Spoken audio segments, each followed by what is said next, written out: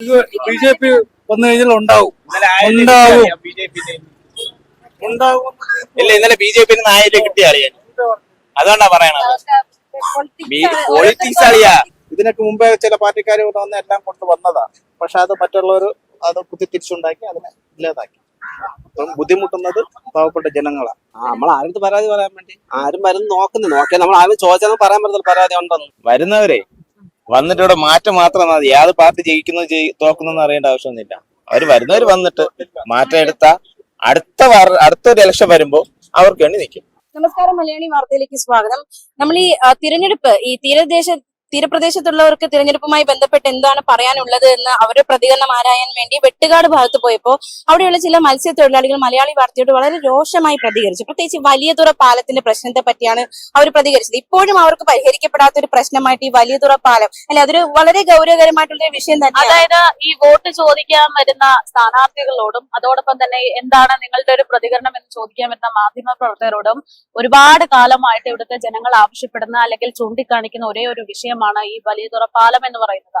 മത്സ്യബന്ധന തൊഴിലാളികൾക്ക് ഏറെ ആശ്വാസകരമായിരുന്ന ഒരു പാലമാണിത്. നമുക്കറിയാം, ഇപ്പോ ഒരുപാട് വികസനങ്ങൾ, അതിന്റെ ഭാഗമായിട്ടുള്ള ഒരുപാട് പദ്ധതികളൊക്കെ തലസ്ഥാനത്ത് പല ഭാഗങ്ങളിലുമുണ്ട്. അതിന്റെ ഒരു ഭാഗം തന്നെയാണ് ഈ വിഴിഞ്ഞം പോർട്ട് എന്ന് പറയുന്നത്. അപ്പോ അങ്ങനെയുള്ള ഓരോ സൗകര്യങ്ങളും വിപുലീകരിച്ച് വരുമ്പോഴും വലിയതുറയെ സംബന്ധിച്ച് ഈ ഒരു പാലത്തിന്റെ ഒരു പണി പൂർത്തീകരിക്കുന്നില്ല എന്നുള്ളതാണ് ഇവരുടെയൊക്കെ ഏറ്റവും വലിയ പരാതി എന്ന് പറയുന്നത്. അതായത് ഇവിടെ ഇത് കേന്ദ്രീകരിച്ച് നടത്തുന്ന മത്സ്യബന്ധന തൊഴിലാളികൾ ഇപ്പോൾ ഇത്തരത്തിൽ പാലം പൊളിഞ്ഞ് ഈ കെട്ടൊക്കെ തകർന്നു കിടക്കുന്നതുകൊണ്ട് മറ്റ് തീരദേശത്തേക്ക് പോയിട്ട് മത്സ്യബന്ധനം നടത്തേണ്ടുന്ന ഒരു സാഹചര്യത്തിലേക്ക് വരികയാണ്. ഏകദേശം 2024 കാലഘട്ടത്തിലാണ് ഈ പറയുന്ന ഒരു അപകടം, പാലത്തിലേക്ക് ഒരു കപ്പലിടിച്ചു കയറുകയും അപകടമുണ്ടാകുകയും ഇവിടുത്തെ സുരക്ഷ ഇല്ലാതാക്കുകയും ചെയ്യുന്നത്. അതിനുശേഷം ഇവിടെ ഈ ഒരു ഏരിയ തന്നെ കൃത്യമായിട്ട് ശൂന്യമായി കിടക്കുകയാണ് എന്നുള്ളതാണ് യാഥാർത്ഥ്യം. ഞാൻ ഇടപെട്ടോട്ടെ. പ്രത്യേകിച്ച് അവരിപ്പോൾ പ്രധാനമായിട്ടും പറയുന്ന ഒരു പരാതി എന്ന് പറയുന്നത് ഈ പ്രദേശത്തുള്ളവർ, ഇപ്പൊ നമ്മൾ നിൽക്കുന്നത് വലിയതുറ ഭാഗത്താണ്, ഈ പ്രദേശത്തുള്ള ഒരു വെട്ടുകാട് സാധാരണ ഈ കടലിലൂടെ അങ്ങ് പോകാവുന്നതേ ഉള്ളൂ. പക്ഷെ ഈ പാലം ഇങ്ങനെ തകർന്നു കിടക്കുന്നത് കൊണ്ട് ഒരു ദിവസം അവർക്ക് ഈ വള്ളവും കൊണ്ട് പൈസ മുടക്കി ആ വെട്ടുകാട് വരെ പോകേണ്ട സാഹചര്യം. ഇത് വലിയൊരു പ്രശ്നം. നമുക്കറിയാം, സാധാരണക്കാർ ഒരു ദിവസം കഴിഞ്ഞു പോകുന്നത് എങ്ങനെയാണ്. അതിനിടയിൽ ഈ ഒരു ചെലവും കൂടി അവർക്ക് വരുമ്പോൾ അത് വലിയ രീതിയിൽ അവർക്ക് വലിയ ഭാരമാവുന്നുണ്ട്. അതാണ് അവരുടെ പ്രധാന പ്രശ്നമായിട്ട് അവരിപ്പോൾ ഉന്നയിക്കുന്നത്.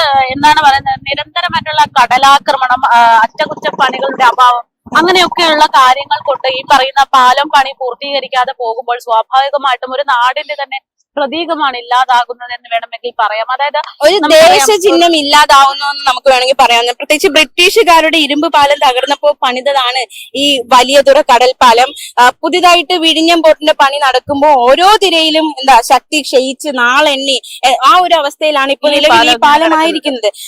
ഇതിനൊരു ചരിത്രം ഒന്ന് നോക്കുകയാണെങ്കിൽ, പണ്ട് ഇന്ത്യ മഹാരാജ്യത്തിന് മുമ്പ് ബ്രിട്ടീഷുകാരുടെ നിയന്ത്രണത്തിൽ ഭരണം നടത്തുന്ന കാലത്താണ് വലിയതുറയിൽ കപ്പലെടുക്കാനായി ആദ്യമായിട്ട് ഒരു കടൽ പാലം പണിയുന്നത്.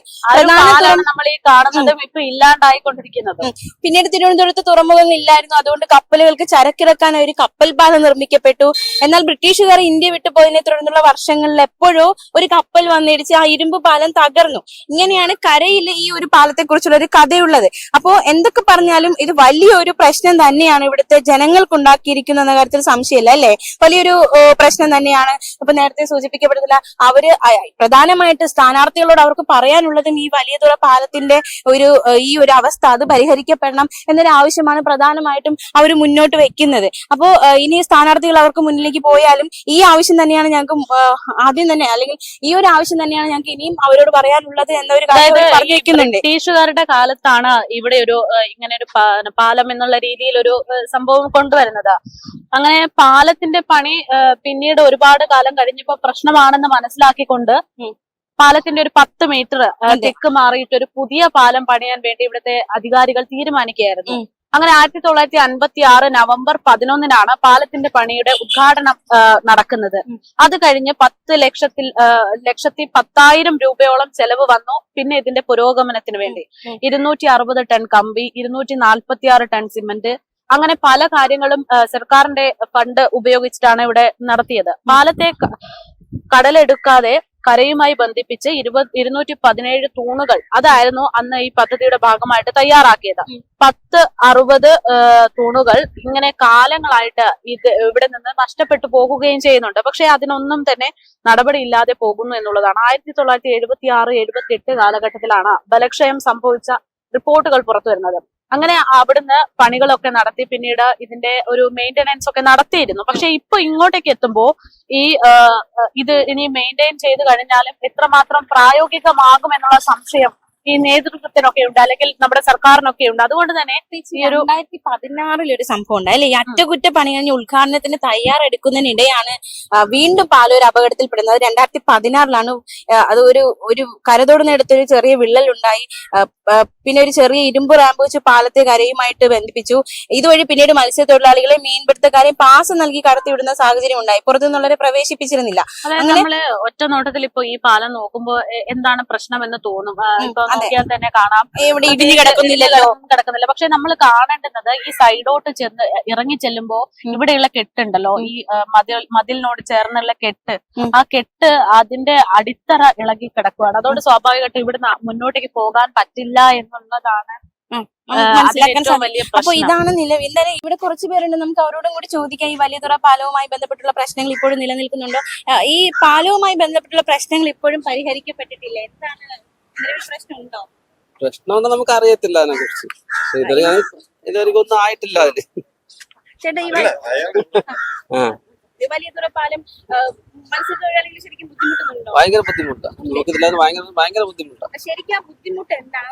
നമുക്ക് ഇവിടെ നിന്ന് കടലിൽ നിന്നിപ്പോ ഇതിലാണ് നമ്മൾ പോകുന്നത്. പോകുമ്പോ ഇഞ്ചിലിരിക്കുന്ന ആൾക്കാർ മാത്രമേ പോകത്തുള്ളൂ, മറ്റുള്ള ആൾക്കാർ പോകത്തില്ല. അപ്പൊ നമ്മൾ ഇതിലേ കയറി അതൊന്നും വെള്ളത്തിൽ ചാടിയാണ് വള്ളത്തിൽ കയറി പോകേണ്ടത്. പോയാലുള്ള പ്രശ്നം എന്താണ്? ഇത് പോയാൽ ഭയങ്കര ബുദ്ധിമുട്ടാണ് നമുക്ക് നമുക്ക്. പിന്നെ ഇപ്പം പോകാൻ പറ്റത്തില്ല. അങ്ങനെ ഒരു 2 വർഷത്തിൽ പോകാൻ നമുക്ക് അങ്ങനെ പോകാൻ പറ്റുന്നില്ല. ഇല്ലെങ്കിൽ നമ്മള് ഇവിടുന്ന് വള്ളം ഇറക്കി വിട്ട് പോയിട്ട് നമ്മള് എല്ലാരും കൂടെ ഇതിൽ നടന്നിട്ട് അത് ചാടിയാണ് വള്ളത്തിൽ കയറി പോകുന്നത്. ഇപ്പൊ അങ്ങനെയൊന്നും പറ്റത്തില്ല. ഇപ്പൊ ഇവിടെ നിന്ന് വെട്ടുകാടിലേക്ക് പോകണമെങ്കിൽ ഇപ്പൊ ബസ്സിൽ പോകേണ്ട അവസ്ഥ അല്ലേ? വെട്ടുകാട് ബസ്സില്ല ഇവിടെ നിന്ന്. അപ്പൊ എങ്ങനെയാണ്? ശംഖുവത്ത് ഇറങ്ങി ശംഖുവത്ത് വെട്ടുകാട്. അങ്ങനെ ഒരു പ്രശ്നം അവിടെ വെട്ടുകാടുള്ളവർ ആ വണ്ടി പിടിച്ച് പോകേണ്ട പ്രശ്നം ഇവിടെ ഉണ്ട്. ശരിക്കും അപ്പൊ ഒരുപാട് മത്സ്യത്തൊഴിലാളികൾ ഈ പ്രശ്നം പ്രശ്നം ബാധിക്കുന്നു. ഇവിടെ ഉള്ള എല്ലാവർക്കും ബാധിക്കുന്നു. എല്ലാം പണ്ട് വെട്ടുകാടുള്ള ആൾക്കാർ വരെ ഇവിടെ നിന്ന് പണിക്ക് പോകും. അങ്ങനെ നമുക്ക് പറ്റത്തില്ല. ഇത് ഉപയോഗിച്ചുകൊണ്ടിരുന്ന ഒരു പാലമാണ്. ഇപ്പൊ എത്ര കാലമായിട്ടാണ് ഈ ഒരു 2 വർഷം ഇത് ഒടിഞ്ഞു പോയി. ഈ 2 വർഷത്തിനിടയിൽ നിങ്ങൾ പരാതിപ്പെടുന്നുണ്ട്? നമ്മൾ ആരും പരാതി പറയാൻ വേണ്ടി ആരും വരുന്ന നോക്കിയാൽ നമ്മൾ ആരും ചോദിച്ചാൽ പറയാൻ പറ്റത്തില്ല പരാതി ഉണ്ടെന്ന്. പരാതി അങ്ങനെ ആരും ചോദിക്കാൻ നമ്മൾ പറയുന്നില്ല. ഇനി ഈ തെരഞ്ഞെടുപ്പ് കാലമാണ്, സ്ഥാനാർത്ഥികളൊക്കെ വരും, അവരുടെ ശ്രദ്ധയിൽപ്പെടുത്തിയാൽ അവരൊന്നും പറയത്തില്ല. അവര് പോയെന്ന് പറഞ്ഞ് പോകുന്ന തന്നെ, പിന്നെ തിരിച്ചു നോക്കത്തില്ല. അറിയാല്ലേ, ഈ 2 വർഷത്തിനിടയിൽ ഒരുപാട് തെരഞ്ഞെടുപ്പ് നടന്നിട്ടുണ്ട്, സ്ഥാനാർത്ഥിയിലൂടെ വന്നിട്ടുണ്ട്, അവരെ ശ്രദ്ധയിൽപ്പെടുത്തിയതാണ്. ആരും ഇതുവരെ ഒരു പരിഹാരം കണ്ടിട്ടില്ല. വോട്ട് കിട്ടിയാൽ മാത്രം മതിയല്ല, അവരവരെ കാര്യങ്ങൾ പോകും. ഈ പാലത്തിന്റെ പുനർനിർമ്മാണം വേണം എന്നുള്ളത് നിങ്ങളൊരു ആവശ്യമല്ലേ? ആവശ്യമായിട്ട് ആരടുത്ത് പറയാൻ വേണ്ടിയില്ല. സ്ഥാനാർത്ഥിമാരെ അവരെ കാര്യങ്ങൾ നടക്കാൻ വേണ്ടിയിട്ട് വന്ന് കാര്യങ്ങളെല്ലാം പറഞ്ഞിട്ട് പോവും. ഈ മത്സ്യത്തൊഴിലാളി ഇരിക്കുകയാണ്, ഇവർ ഈ പാലം കൊണ്ടാണ് ജീവിച്ചുകൊണ്ടിരുന്നത്. അത് ഇല്ലാതാക്കിയിട്ട് അവരവരെ കാര്യങ്ങൾ നോക്കി പോവുകയാണ്. അവരെന്ത് ഇലക്ഷൻ ജയിച്ചോണ്ട് അവരവരെ കാര്യം നോക്കും. പിന്നെ 5 വർഷം കഴിഞ്ഞാൽ വന്ന് പറയും പാലം കെട്ടിത്തരാം, വേണമെങ്കിൽ പാലം ചെയ്തു തരാം, എല്ലാ പിണ്ണാക്ക് പറഞ്ഞിട്ട് പോകും. അവരവരെ കാര്യം നോക്കി പോകണം. ഈ നാട്ടിൽ എന്തിന് നമ്മൾ ജീവിക്കാനുള്ള ആൾക്കാരാണ്. അപ്പൊ ഈ തവണത്തെ ഒരു ഇലക്ഷൻ ഈ പറയുന്നത് പോലെ സ്ഥാനാർത്ഥികളൊക്കെ വരുമല്ലോ. അപ്പൊ അവരുടെ മുന്നിലേക്കും ഇതേ ആവശ്യങ്ങൾ ഉന്നയിക്കാൻ ഉദ്ദേശിക്കുന്നുണ്ടോ? അവര് പരിഹരിക്കപ്പെടാം എന്ന് പറഞ്ഞിട്ട് പോണതല്ലാതെ അതിനകത്ത് ഒരു നീക്കുപോക്ക് നടന്നിട്ടില്ല. അതിനകത്ത് കാരണം എന്താ വെച്ചാൽ ഇവിടെ പാർട്ടിക്കാര്, എല്ലാ പാർട്ടിക്കാരും ഒരാള് മുന്നിട്ട് ഇറങ്ങുകയാണെങ്കിൽ മറ്റേ പാർട്ടിക്കാർ പാലവെച്ച് അത് ഇല്ലാതാക്കും. കാരണം പേരും പ്രശസ്തി വഴിയാധാരമാകുന്നത് ഇതുപോലെയുള്ള സാധാരണക്കാരാണ്, ജനങ്ങളാണ്. പക്ഷെ ജനങ്ങൾ എന്ത് ചെയ്യും? ഓരോരുത്തരും വരുമ്പോ ഇവര് സഹായിക്കുമെന്ന് പറഞ്ഞ് അവരെ പിറകെ പോകും. അവര് സഹായിക്കുന്ന വാക്ക് കൊടുത്തിട്ട് പോകും. പക്ഷെ അത് നടപ്പിലാകുന്നില്ല. നിങ്ങളുടെ ഭാഗത്തു നിന്ന് ഒരു പ്രതിഷേധം അല്ലെങ്കിൽ കൂട്ടത്തോടെ ഒരു പരാതി അങ്ങനെയൊന്നും ഒരു നീക്കം ഉണ്ടായിട്ടില്ല? അങ്ങനെ നീക്കം ഉണ്ടാക്കാൻ, അതിന് സഹകരിക്കാൻ കുറച്ചുപേർ വരികയാണെങ്കിൽ അതിനെ പിന്തിരിപ്പിക്കാൻ മറ്റുള്ള പാർട്ടിക്കാരുണ്ട്. ഇപ്പൊ എന്താണ് ഈ പാലത്തിന്റെ ഒരു ഗതി, ഒരു യഥാർത്ഥ അവസ്ഥ എന്താണ്? ഇതിപ്പോ കാണാമല്ലോ. തീർച്ചയായിട്ടും ഇതിനൊക്കെ മുമ്പേ ചില പാർട്ടിക്കാർ വന്ന് എല്ലാം കൊണ്ടുവന്നതാണ്. പക്ഷെ അത് മറ്റുള്ളവർ അത് കുത്തിത്തിരിച്ചുണ്ടാക്കി അതിനെ ഇല്ലാതാക്കി. അപ്പം ബുദ്ധിമുട്ടുന്നത് പാവപ്പെട്ട ജനങ്ങളാണ്. വലിയ പ്രശ്നം തന്നെയാണ്. പ്രത്യേകിച്ച് ഒരു നിത്യജീവിതത്തിലല്ലേ നമ്മള് തൊഴിൽ അതുമായിട്ട് ബന്ധപ്പെട്ട് ആശ്രയിക്കുന്ന ഒരിടം കൂടിയാണ്. അപ്പോ ഈ പ്രശ്നം പരിഹരിക്കപ്പെടണം അല്ലെ? അതെ, തീർച്ചയായിട്ടും അതുണ്ടായാലേ പറ്റത്തുള്ളൂ. പണ്ടൊക്കെ ഇവിടെ കപ്പലൊക്കെ വന്നുള്ള സ്ഥലങ്ങളാണ്, നമ്മളെ കൊച്ചു പ്രദേശം കപ്പലൊക്കെ വന്നുള്ള സ്ഥലമാണ്. അപ്പൊ ഇത് ആരും തിരിഞ്ഞു നോക്കേണ്ടത് ഇത്ര അവസ്ഥയിലായത്. പാർട്ടിക്കാരനെ തന്നെ ചെയ്ത് പാർട്ടിക്കാരെ ഒരു ടീമുകൾ നമ്മളെ പറ്റുവറ ഇങ്ങനെ ഇല്ലാണ്ടാക്കി. സർക്കാരിന്റെ ശ്രദ്ധയിൽപ്പെടുത്താൻ ശ്രമിച്ചിട്ടുണ്ട്. അവര് ഇതാണ് ഇലക്ഷൻ സമയത്ത് അവർ പള്ളിയിൽ വന്ന് അവരെല്ലാം വാഗ്ദാനം ചെയ്തിട്ട് പോയതാണ്. എന്നിട്ട് ഇതൊന്നും നടന്നില്ല.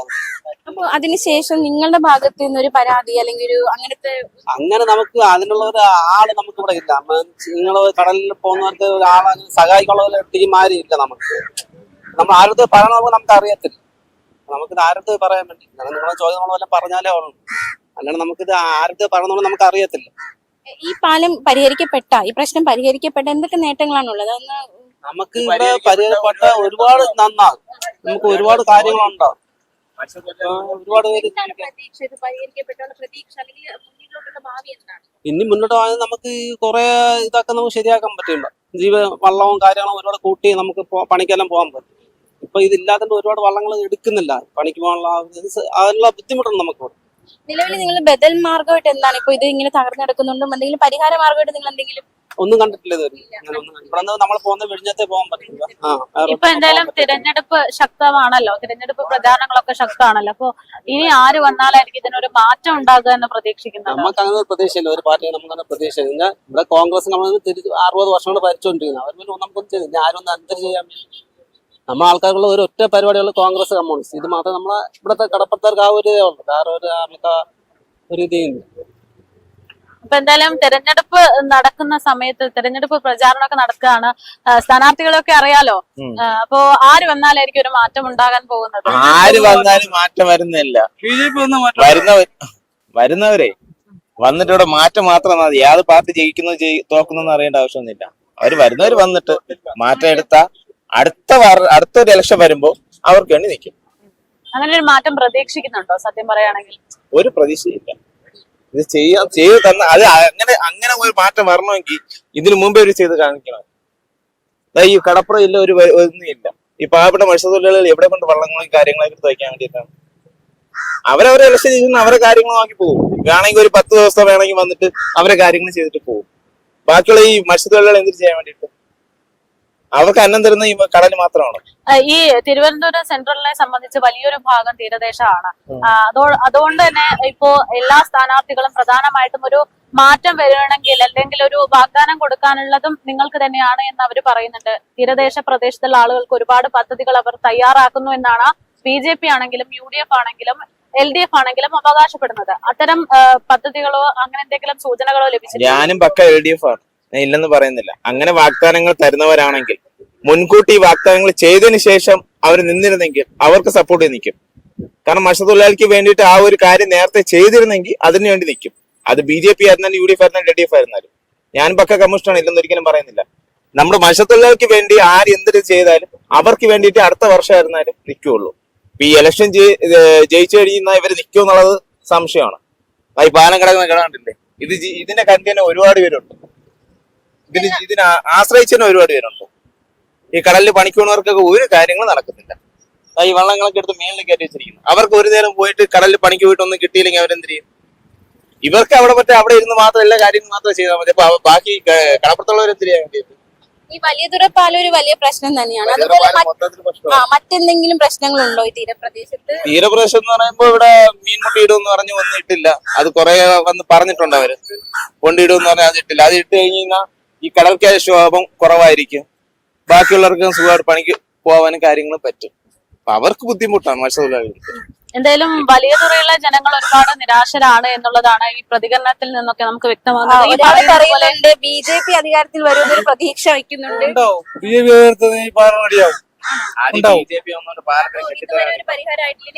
BJP വന്നു കഴിഞ്ഞാൽ ഉണ്ടാവും. ഇല്ല, ഇന്നലെ BJP നായകരെ കിട്ടിയ അറിയാൻ, അതുകൊണ്ടാ പറയണത്. പൊളിറ്റിക്സ് അറിയാ. അപ്പൊ ഈ പറഞ്ഞതുപോലെ തീരപ്രദേശത്തുള്ള ഈ അതായത് നമ്മൾ പുറമേ നിന്ന് കാണുന്നത് ഒന്നല്ല യാഥാർത്ഥ്യം എന്നുള്ളതാണ്. അതായത് നമ്മൾ ആ സൈഡിൽ നോക്കുമ്പോൾ ഈ വലിയ തുറക്ക് എന്താണ് കുഴപ്പമെന്ന് ചോദിച്ചു പോകും. പക്ഷെ ഇവിടെ നിന്ന് നോക്കുമ്പോൾ കറക്റ്റ് അതിന്റെ ഒരു അവസ്ഥ മനസ്സിലാവുന്നുണ്ട്. പ്രേക്ഷകർക്ക് കാണിച്ചു കൊടുക്കല്ല, അവസ്ഥ ഒന്ന് കാണിച്ചു കൊടുക്കാൻ. അതായത് ആകെ നശിച്ചിരിക്കുകയാണ്. ഒരുപാട് ആളുകൾ നേതാക്കന്മാരൊക്കെ എപ്പോഴും ഇതിന് ഒരു പരിഹാരം ഉണ്ടാകും എന്നുള്ളതാണ് അവർ നൽകുന്ന ഒരു വാഗ്ദാനം. പക്ഷെ ഈ പറയുന്നത് പോലെ വാഗ്ദാനങ്ങൾ മാത്രമായിട്ട് നിൽക്കുന്നു എന്നുള്ളതാണ് ഏറ്റവും അവർക്ക് സങ്കടകരമായ. ഒരു പ്രതീക്ഷയില്ല കേട്ടോ. ഇപ്പൊ ആര് ജയിച്ചാലും ഒരു പ്രതീക്ഷ, ഈ ഒരു കാര്യത്തിൽ അവർക്ക് ഒരു പ്രതീക്ഷയില്ല. അപ്പൊ ജനപ്രതിനിധികൾ എന്ന് പറഞ്ഞാൽ ആരാണ്? നമ്മുടെ പ്രശ്നങ്ങളെ പരിഹരിക്കുന്നവരായിരിക്കണം. അത് നമ്മുടെ പ്രതീക്ഷയാണ് ജനപ്രതിനിധികൾ. അപ്പൊ ഈ തീരപ്രദേശത്തുള്ളവർക്ക് ഈ വിഷയത്തിൽ അവർക്ക് പരിഹരിക്കാൻ യാതൊരു പ്രതീക്ഷയില്ലെന്ന് പറയുമ്പോൾ അത് സ്ഥാനാർത്ഥികൾ, പ്രത്യേകിച്ച് തിരുവനന്തപുരത്തെ സ്ഥാനാർത്ഥികൾ വളരെ ഗൗരവത്തോടെ എടുക്കേണ്ട ഒരു കാര്യം തന്നെയാണ് അല്ലെ. 3 സ്ഥാനാർത്ഥികൾ ഒരുപോലെ വളരെ ഗൗരവത്തോടെ കണക്കാക്കേണ്ട കാര്യം തന്നെയാണിത്. അപ്പൊ എന്തായാലും നിലവിൽ തീരപ്രദേശത്തുള്ളവർ പ്രതികരിക്കുന്നത് അവരുടെ ഏറ്റവും വലിയ പ്രശ്നമായിട്ട് പറയുന്നത് വലിയ തുറ പാലത്തിന്റെ പ്രശ്നം. അതുപോലെ തന്നെ പ്രതീക്ഷയില്ല. ഇനി നിങ്ങൾ ചെയ്ത് കാണിച്ചിട്ട് നിങ്ങൾ വാഗ്ദാനമൊക്കെ ആയിട്ട് വന്നാൽ മതി എന്നുള്ളൊരു നിർദ്ദേശം കൂടെ പൊതുജനങ്ങളുടെ ഭാഗത്തു നിന്ന് വരുന്നുണ്ട്. എന്തായാലും ജനപ്രതിനിധികൾ, സ്ഥാനാർത്ഥികൾ ഇതൊക്കെ ശ്രദ്ധിക്കുമെന്ന് കരുതുന്നു.